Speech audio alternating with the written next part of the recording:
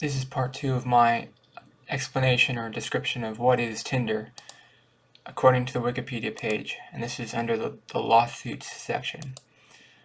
On June 30th, 2014, former Vice President of Marketing Whitney Ford filed a sexual harassment and sex discrimination suit in Los Angeles County Superior Court against IAC-owned Match Group, the parent company of Tinder. The lawsuit alleged that Rad and Mateen had engaged in discrimination, sexual harassment, and retaliation against her, while Tinder's corporate supervisor, IAC's Sam Yegan, did nothing.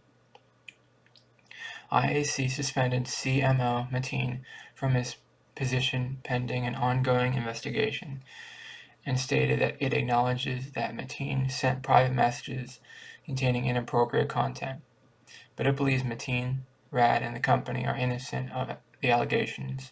The suit was settled with no admission of wrongdoing, and Wolf reportedly received over $1 million from the settlement. In March 2018, Match Group sued Bumble, arguing that the dating app was guilty of patent infringement and of stealing trade secrets from Tinder. In June 2020, an undisclosed settlement was reached between Match Group and Bumble to settle all litigations. In December 2018, The Verge reported that Tinder had dismissed Rosette Pambakian, the company's vice president of marketing and communication. Pambakian alleged former Match Group and IAC CEO Greg Blatt sexually assaulted her in a hotel room following a company party in December 2016. She further accuses the company of firing her when she reported the incident. In September 2019, the U.S. Federal Trade Commission sued Tinder's parent company, the Match Group, for knowingly and/or creating fake users to bait men into paying for subscriptions. The claim includes romance scams, phishing scams, fraudulent advertising, and extortion scams. The suit claims that the Match Group indirectly profited from these scams at consumers' expense. In August 2018, co-founders Sean Rad and Justin Mateen and 8 other former and current executives of Tinder filed a lawsuit against Match Group and IAC, alleging that they manipulated the 2017 valuation of the company to deny them of millions of dollars they were owed. The suit charges that executives of Match Group and IAC deliberately manipulated the data given to the banks, overestimating expenses and underestimating potential revenue growth in order to keep the 2017 valuation artificially low. Tinder's 2017 valuation was set at $3 billion, unchanged from a valuation that had been done 2 years earlier, despite rapid growth in revenue and subscribers. The plaintiffs sought upwards of $2 billion in damages. The trial is set to begin on November 8, 2021. Criticism. Privacy concerns. There are cybersecurity, data privacy, and public health concerns about Tinder. Public health officials in Rhode Island and Utah have claimed that Tinder and similar apps are responsible for an uptick of some STDs. In February 2014, security researchers in New York found a flaw which made it possible to find users' precise location in between 40 and 165 days. Tinder's spokesperson, Rosette Pambakian, said the issue was resolved within 48 hours. Tinder's CEO, Sean Rad, said in a statement that shortly after being contacted, Tinder implemented specific measures to enhance location security and further obscure location data. In August 2016, 2 engineers found another flaw that showed all users' matches' exact location. The location was updated every time a user logged into the app and worked even for blocked matches. The issue was detected in March 2016, but it was not fixed until August 2016. In July 2017, a study published in Advances in Intelligent Systems and Computing found that Tinder users are excessively willing to disclose their personally identifiable information. In September 2017, The Guardian published an article by a journalist who requested all data that the Tinder app had recorded about her from the company and found that Tinder stores all user messages, user locations, and times, the characteristics of other users who interest a particular user, the characteristics of particular users of interest to other users, and the length of time users spent looking at particular pictures, which for the journalist amounted to 800 pages of detail. Safety. In 2021, Tinder partnered with and invested in Garbo, a nonprofit background check company. The partnership was intended to add a feature enabling users to run background checks on their matches. Critics believe that the integration of background check software discriminates against 1/3 of the adult working population in the U.S. who have criminal records. Another issue that critics raised was the unreliability of background checks, since they disproportionately impact people from Black and other ethnic minorities. A prison policy initiative spokesperson claimed that because the U.S. applies laws unequally, introducing criminal background checks to dating apps would filter out marginalized groups of people. Moreover, public records and court documents often contain erroneous or outdated information. Garbo does not advertise drug possession charges or traffic violations in an attempt to combat further marginalization. Reception. Reviews. The New York Times wrote that the wide use of Tinder could be attributed not to what Tinder was doing, but to flaws in the models of earlier dating software, which relied on mathematical algorithms to select potential partners. Relationship experts interviewed by the newspaper stated that the users used photographs that come in succession on the app to derive cues as to social status, confidence levels, and personal interests. Marie Claire wrote that the app was easy to use on the run, natural, and addictive due to the game style of Tinder, but that it's hard to focus, and Tinder is still very casual, sex-focused. Many are only on Tinder for a quick hookup, so if it's a serious relationship you're after, this app might not be for you. In September 2020, Pakistan announced that it would ban 5 dating apps, including Tinder. This is because Pakistan's government believes that apps are providing immoral and indecent content to users who do not comply with their local laws. In popular culture, Family Guy, Season 15, episode The Dating Game parodies the app. Easy, Season 1, episode Utopia involves a married couple who discover Tinder and use it for a threesome. Jane the Virgin, Season 2. In Chapter 32, Jane wishes to start dating again and uses a dating app called Zinder, which in the show's spin-off of Tinder. Sideswiped, TV series. In the TV series Sideswiped, the woman finds herself single on her 35th birthday and decides to go on dates with all 252 of her Tinder matches. Made miniseries. Episode Cashmere. Alex invites a Tinder match over to the house she is cleaning on Thanksgiving. Natasha Aponte incident. On August 2018, Natasha Aponte made headlines after conning dozens of men she had matched with on Tinder to meet her in Union Square, Manhattan at 6 p.m. for a live Tinder dating competition. According to some, they received an unsolicited message from Aponte inviting them to meet her. Upon arrival, the men discovered that they had been conned into competing for Aponte, who explained that she was over dating apps and wanted instead her suitors to participate in a competition. The stunt was intended to point out the superficiality of online dating apps like Tinder, which function on a hot or not ideology. Producer Ron Bliss told CBS News that there's a lot of issues related to the online dating. It's sexist, ableist, and there's a lot of problems. User behavior. Men use dating apps and websites at higher frequency than women do, measured by frequency of use and number of users both. The first study on swiping strategies conducted by Queen Mary Elizabeth of London revealed that men tend to like a large portion of the women they view, but receive only a tiny fraction of the matches in return, just 0.6%. On the contrary, women are much more selective about who they swipe for, match at a 10% higher rate than males do. The study then went on to analyze the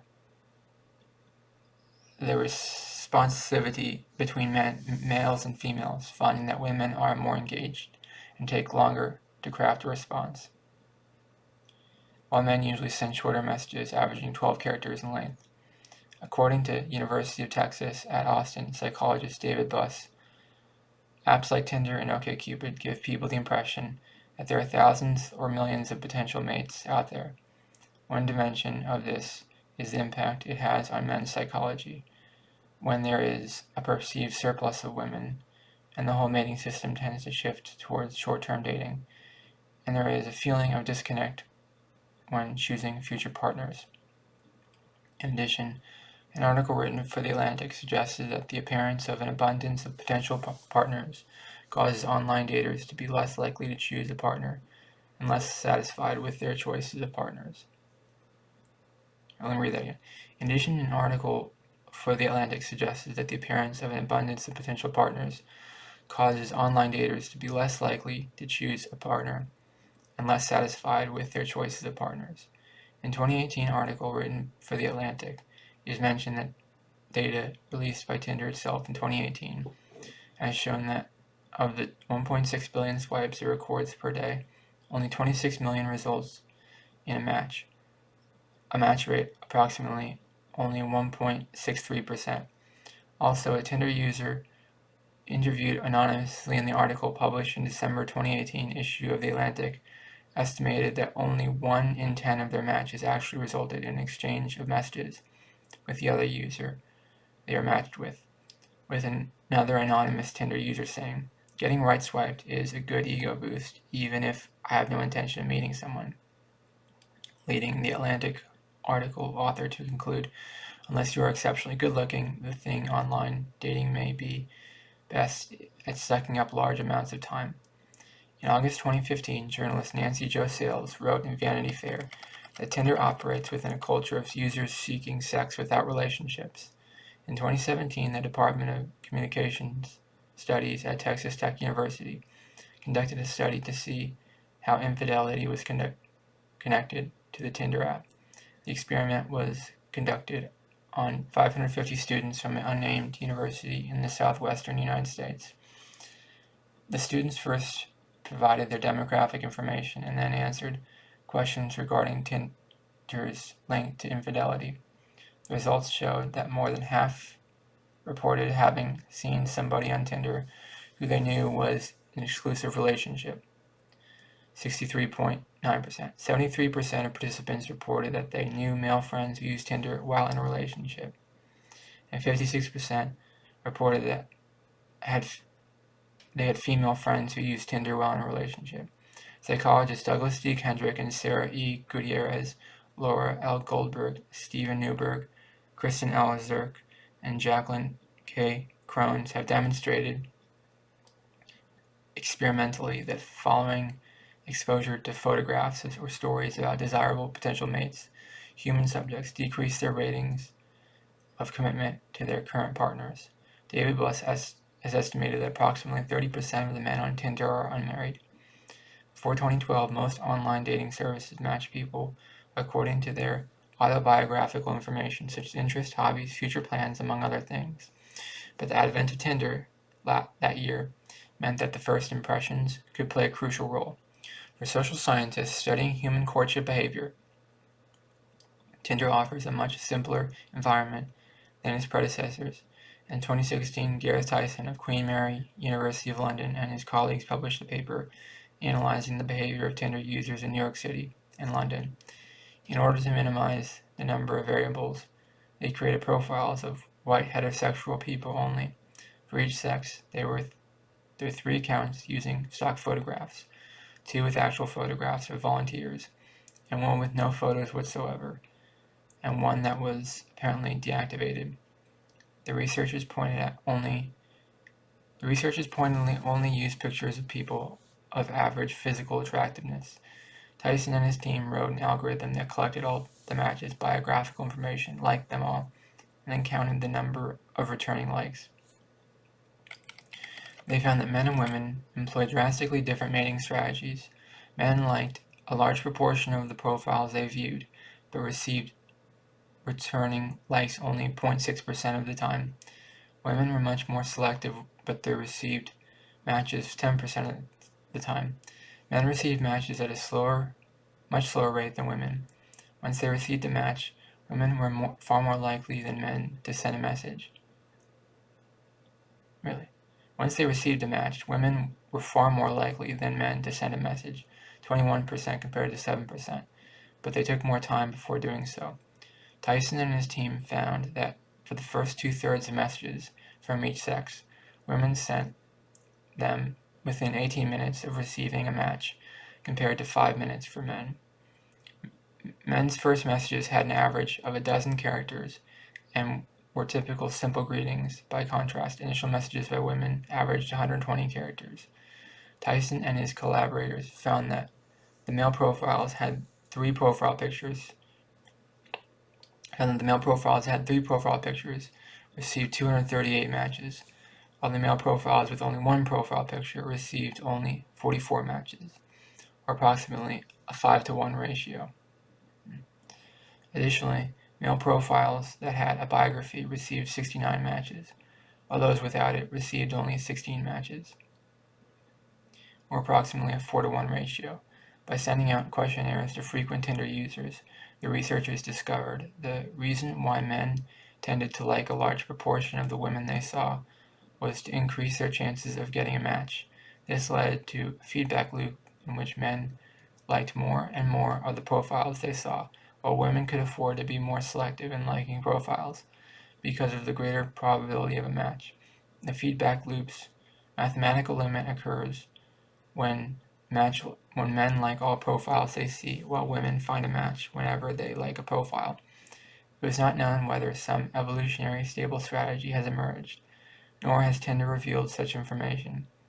Tyson and his team found that even though the men-to-women ratio of the data was approximately 1, the male profiles received 8,248 matches in total, while the female profiles received only 532 matches in total, because of the vast majority of the matches for both the male and female profiles came from male profiles, with 86% of the matches for the male profiles alone coming from the other male profiles, leading the researchers to conclude that homosexual men were far more active in liking than heterosexual women. On the other hand, the deactivated male account received all of its matches from women. The researchers were not sure why this happened. That's the end of the Wikipedia article about Tinder and explains what is Tinder. I use Tinder personally. I'm a big fan of Tinder. I meet a lot of great people on Tinder. I like it. I encourage you to use it because I think it's healthy to meet new people. I think it's healthy to put yourself out there, and I would highly recommend you be social and put yourself out there on dating apps because it's good for you to talk to people and to be social. That's all. Let me know in the comments below. Do you use Tinder? Let me know your thoughts of Tinder in the comments below. Please subscribe to this channel to be part of the community, and please like this video. It really helps out the channel a lot. Thank you for watching. Have a great day. Bye-bye.